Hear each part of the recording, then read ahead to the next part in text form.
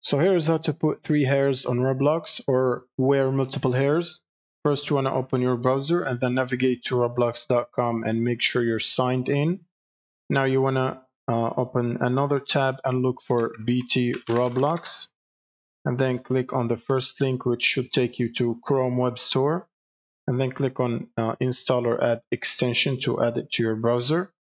Now once it's downloaded and installed, you can close this page and then come back to the Roblox tab, and then you want to refresh this.